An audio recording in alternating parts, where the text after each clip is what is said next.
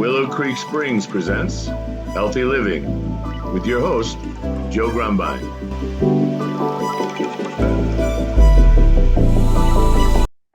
But Three Hawk was given to me when I was birthed into a medicine woman. So that is the birth name of my medicine womanship. And once you have visited the sacred mountains and you've collected the tobacco and herbs from the sacred mountains, done ceremony on all sacred mountains to the Dene, because there's 4 sacred mountains that we really go to with medicine. And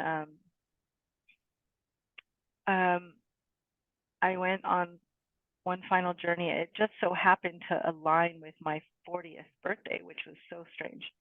And that 40th birthday was on a big number as well. It was 2/22/2022. Wow. So I never called myself a medicine woman, even though I was working as one for many, many years underneath the tutelage of her and other mentors. I was just doing the backbones of all of it and not calling myself anything. Um, I officially was named in 2022 because I finished my task and got the last things that I needed, and they passed the whistle to me. Even that, I remember feeling like extremely blessed because when a medicine person passes a tool to another in their family, you know, they do it with a Yep. lot of care and love and understanding that this is going to be continued. Their daughter, their birth daughter, didn't want to be a part of it. They just liked to assist, but they didn't want to hold that title. So it was a very beautiful thing for the acceptance of that too, because here I am with my best friend too, that they're in the path too, but also still working to grow in their stuff. And I'm not a birth daughter. And she wanted to pass that whistle to me, and I just so grateful, so honored, and so blessed to have those words and her spirit come and sit with me in ceremony sometimes. I'm forever grateful. But that last trip, we had to stay up on this mountain called this was in Utah.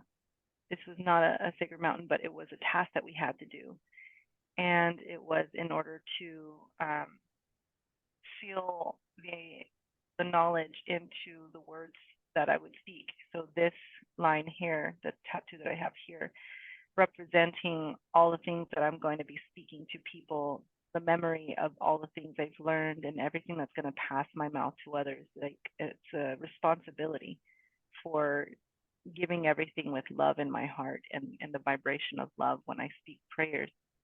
So we did this prayer on top of Observation Point in Utah. Very beautiful. We hiked for a long time carrying all of our stuff, and we stayed there. And when we woke up in the morning, we did this prayer. And as I was at the edge of the mountain, I finished the prayer, and I heard like this really large growl, and there was like a mountain lion in the back kind of watching us, and then all of a sudden a swarm of these those are the birds that dive, escaping me right now, the swallows, a swarm of those, and a swarm of mosquitoes and a swarm of bees came, Wow. and all this stuff started swirling around us. And then I look up, and my best friend points up. She's like, "Look!" And these 3 hawks came and flew right over my head in a circle. Wow. And she looked at me and she said, "Three Hawk," and that became my name. Nice. And Sounds a lot better than Swarm of Bees. right. No, yeah, it was the last swarm that came, and so it was.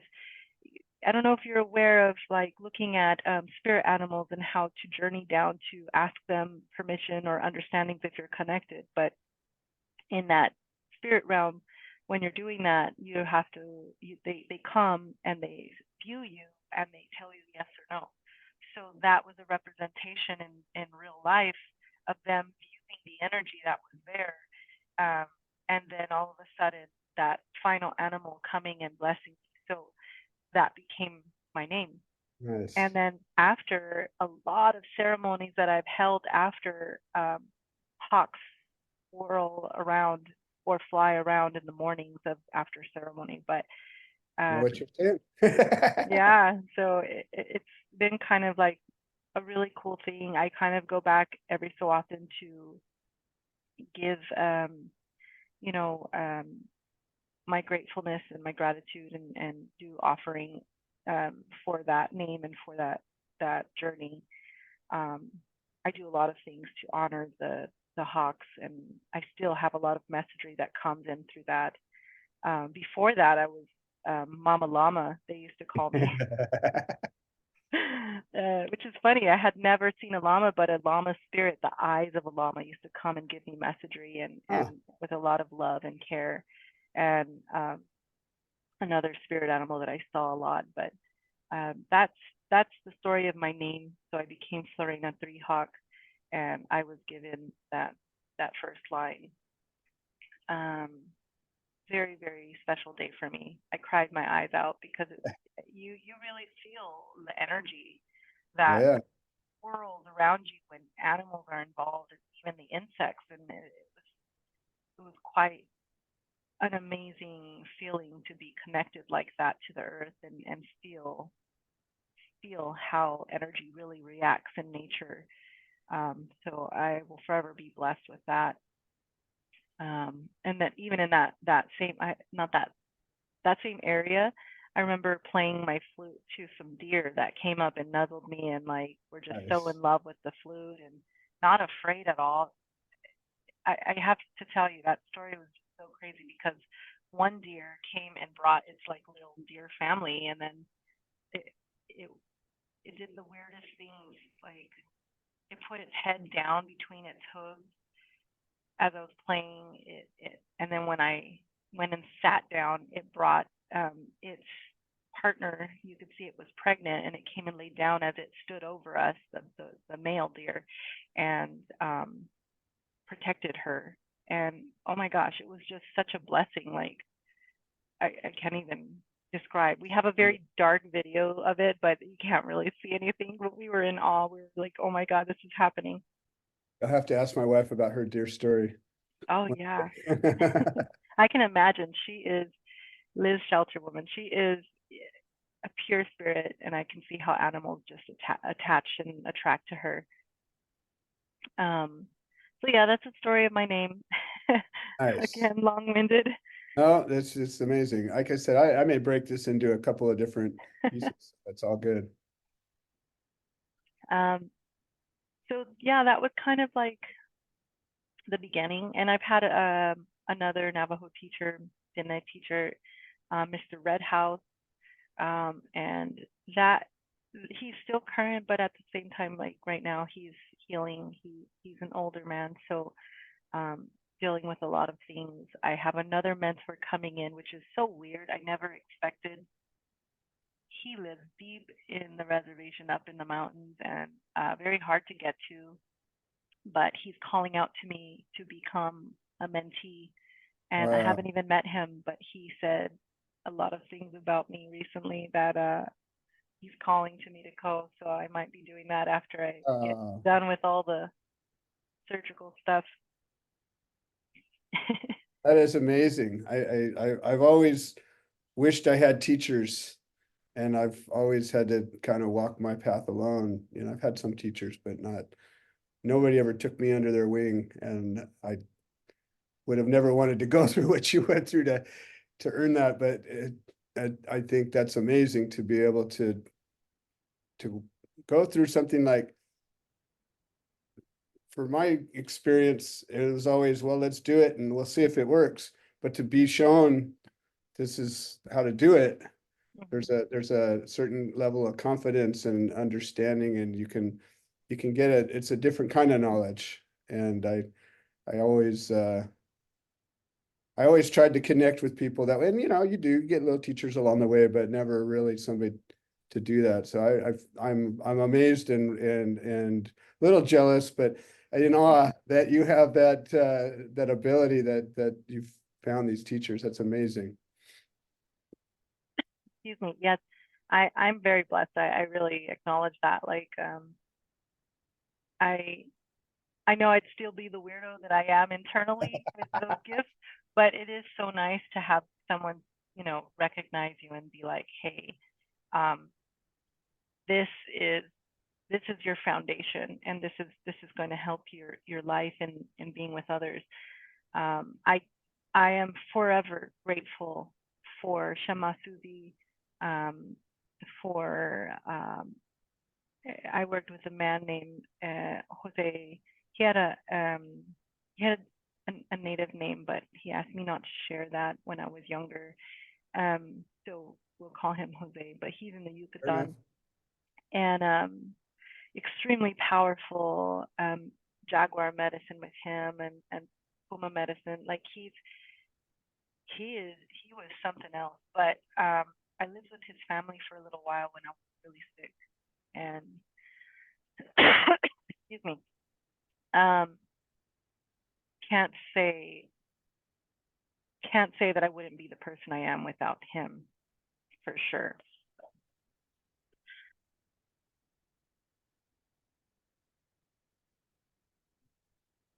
So so many stories, not a lot of Love it. time, but Oh no, um, but it's fantastic. I mean, what an incredible story. Like I said, you could write that and that would be a wild book, but it explains a lot. We'll get into all of these in future episodes, but just the compassion and empathy that you carry is unique and rare. And I knew there was a reason that you had it. But one of the things that, some of the trainings that people go through, they require an effort. Like, you can go to school and learn stuff and take some tests and you get your little certificate, but you don't have to walk up the mountain and you don't have to do the hard things. And I think that there's something really important about that. In Catholicism, you do whatever you want, and then you just go say a few prayers and everything's okay. And it's like nobody has to go and do the work. And I think that's one of the big differences in the people that really understand what they're doing and are able to do it in a way that's meaningful and important. They had to work for it. They had to earn it. And I think that's a big key to that whole process. I agree. I agree. It's funny. I had I call them yejas, my children, my spiritual babies. Even if they're older than me, it's so funny to see them in their faces when I say explain it. But you know, I um, I look at everybody as my child because I bring that kind of love. It's not it's not an intimate love in sexuality, but it's a love that if you only knew, like I love everyone like they're my baby. That's real. Yeah, there's no Yeah. doubt. And in all honesty, it stems from my own trauma too there because of all the stuff that happened to me physically, sexually, and all that stuff. I wasn't able to have a physical child of my own. So it was a lesson like you're gonna be everyone's mom. Not gonna have one, you're gonna have Yeah, many. you're gonna have a lot. So I really try to make room for that in my heart with everyone, and somehow it just happens where I don't I don't, if they don't fall through anything, I have time for them. And um I forget where I was going with that. No, But it's okay. I'm very blessed, to be honest, and um I look forward to always learning more because I feel like my training, my teachings are never done, no matter if I have this name or not. Some people view me in different ways. Like I said, they call me witch, they call me a shaman because I have done shamanic work and mentors that way too. But biggest parts of me, my lineage and the culture there is the Native American teachings, which I devoted my life to and continue to work with it. And three different families have adopted me into the net and accept my work, and I'm so honored by that. You know, I can't say how amazing and beautiful the culture, amazing and beautiful the people, the ways, the rich history, and even the intense depth of pain that they've suffered. Um, it means so much, and I'm just very grateful that I was taught certain ways that I have the ability to sit in a hogan with a lot of love and understanding and hear those words and feel the vibration of my ancestors and theirs and others. And it's a real blessing. But when I watch, I have to say, when I watched you make a fire, and for those of you who don't know, you know, Joe did say that, you know, we have done a lot in this little amount of time. We've packed a lot in this time. You make a mean fire. Well, thank you once again. So beautiful. Never heard enough. Had to be there. Yeah, so probably it woke a part of my soul up that was just like I didn't know I needed, and I have to say one of the best fire keepers I've ever had, and I'm so honored to have met you, Joe, and to work with you, and I just look forward to getting to know you deeper with Liz and continuing that friendship. I know it's you know, once I love somebody, I keep you for life. So we're family Well, now. I was gonna say, yeah, like I said, you're like the sister that I got all these sisters I don't spend any time with, and I got one that I just met and I can see a lot of time. Yeah, Time. for sure. Well, I just this was way more than I had hoped for, expected. It's wonderful, and it's really great. I can see we got dozens and dozens and dozens of these that we could do to just talk about any one little point of these things. There's so much to talk about, and you know, the journey is exactly that. Like there really isn't a beginning or an end, and we're in this, and if we choose to move forward, then we're in the journey, and if we don't, then we're going backwards, and we don't even want to know about that. Oh, no going backwards for me. Not at all. So before we conclude this, you know, you working with people all around the world, really, you know, that's the one little piece that I wanted to just kind of get. Like, I know people that, like you came with a recommendation from somebody, told somebody who invited you that, hey, you got to talk to this person, she's great. But how did you begin? Like, you know, when you said, okay, well, you know, you're going through all these trainings, initiations, all this different things, but at what point did somebody come to you? I know you said even from the beginning, people came to you. Was it just always that way? Yeah, People just always came to you and asked for whatever? that's a great question. I don't, yeah, people often think that I had to wait to be named. Before I even had those mentors, as that young girl who saw things, I was already in service.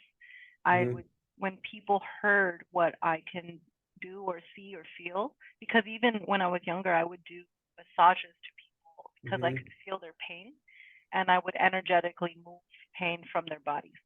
So people started to resonate with that, and my work has always been word of mouth.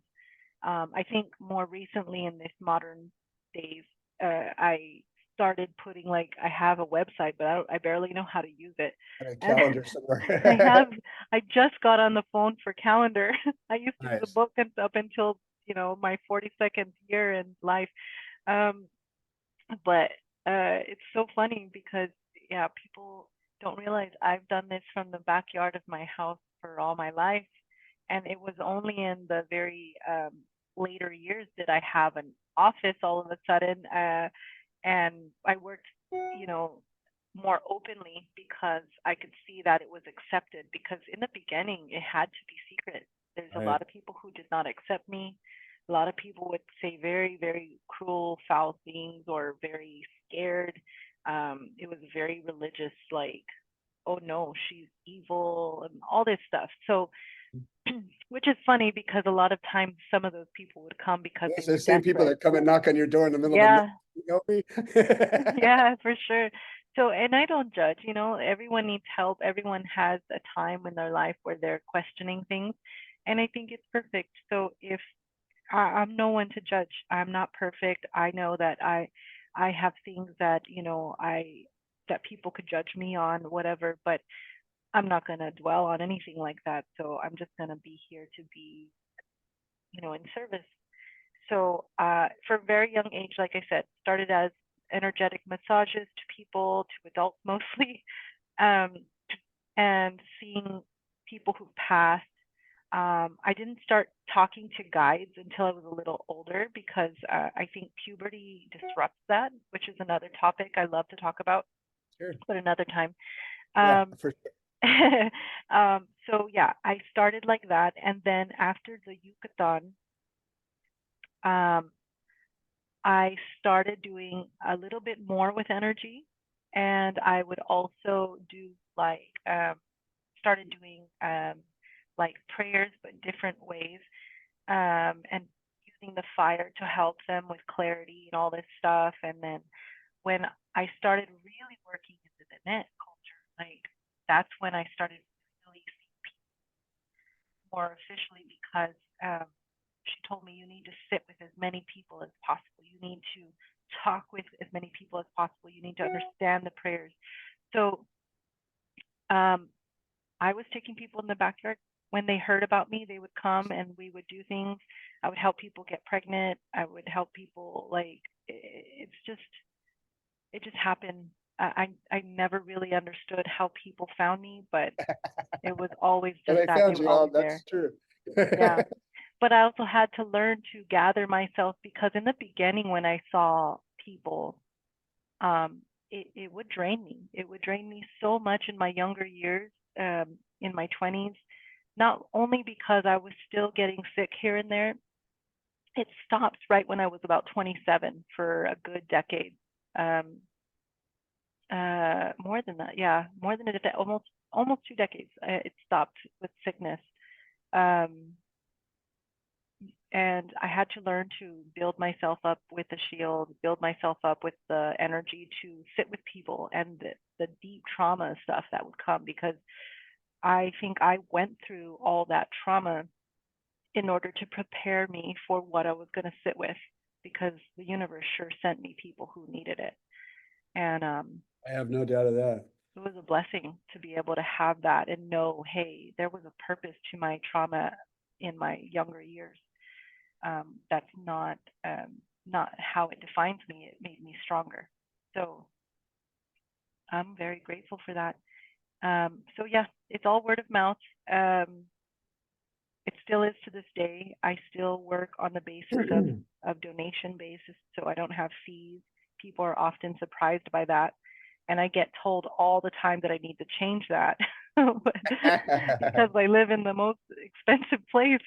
But in all honesty, my heart knows that it's depths that I'll be taken care of and it's okay. And I'm not going to worry about any of that because it seems to have worked out. And if I didn't need the existence of money, I would do it for free.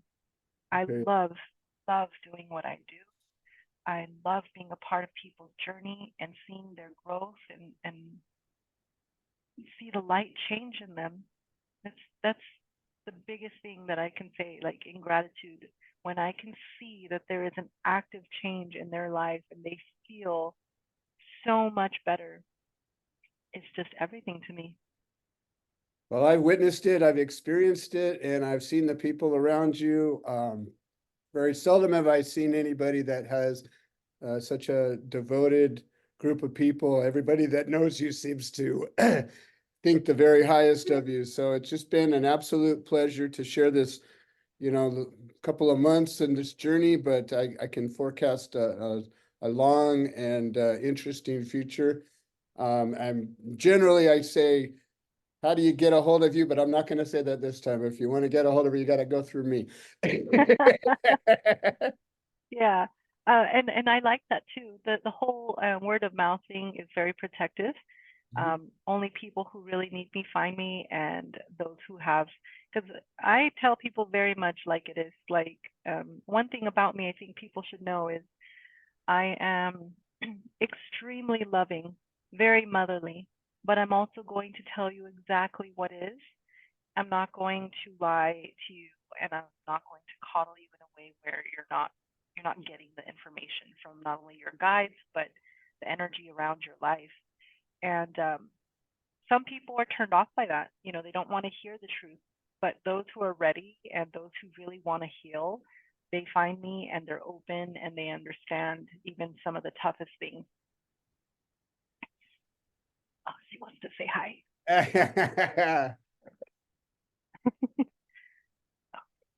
So yeah, very important to understand that my work is revolved around, I tell people, if you're going to come, remember, I see people differently. I know when you're lying. Your life will change. They don't always believe me. And when I tell them, okay, something was off here, how did you really do with your preparation? Yeah. And they're like, well, I did have it. So they'll fill out because it's like everything is telling you it's not the truth. And I have turned people away when they really are not ready. And I always say, like, you're welcome back, but I need you to do more work. Like, you need to be a little bit more reverent and devoted to you, not anything else. It's to them, you know, and I'm not asking much, just for them to have faith in themselves. And so it's been hard sometimes when I have to like put things, you know, into perspective for people. But ultimately, it's for their best. And I ask people, come with an open mind, an open heart, and an honest tongue, because that's needed for the prayer to be in its strength, its power, and for the holy people to hear you and see you and work with you. Absolutely.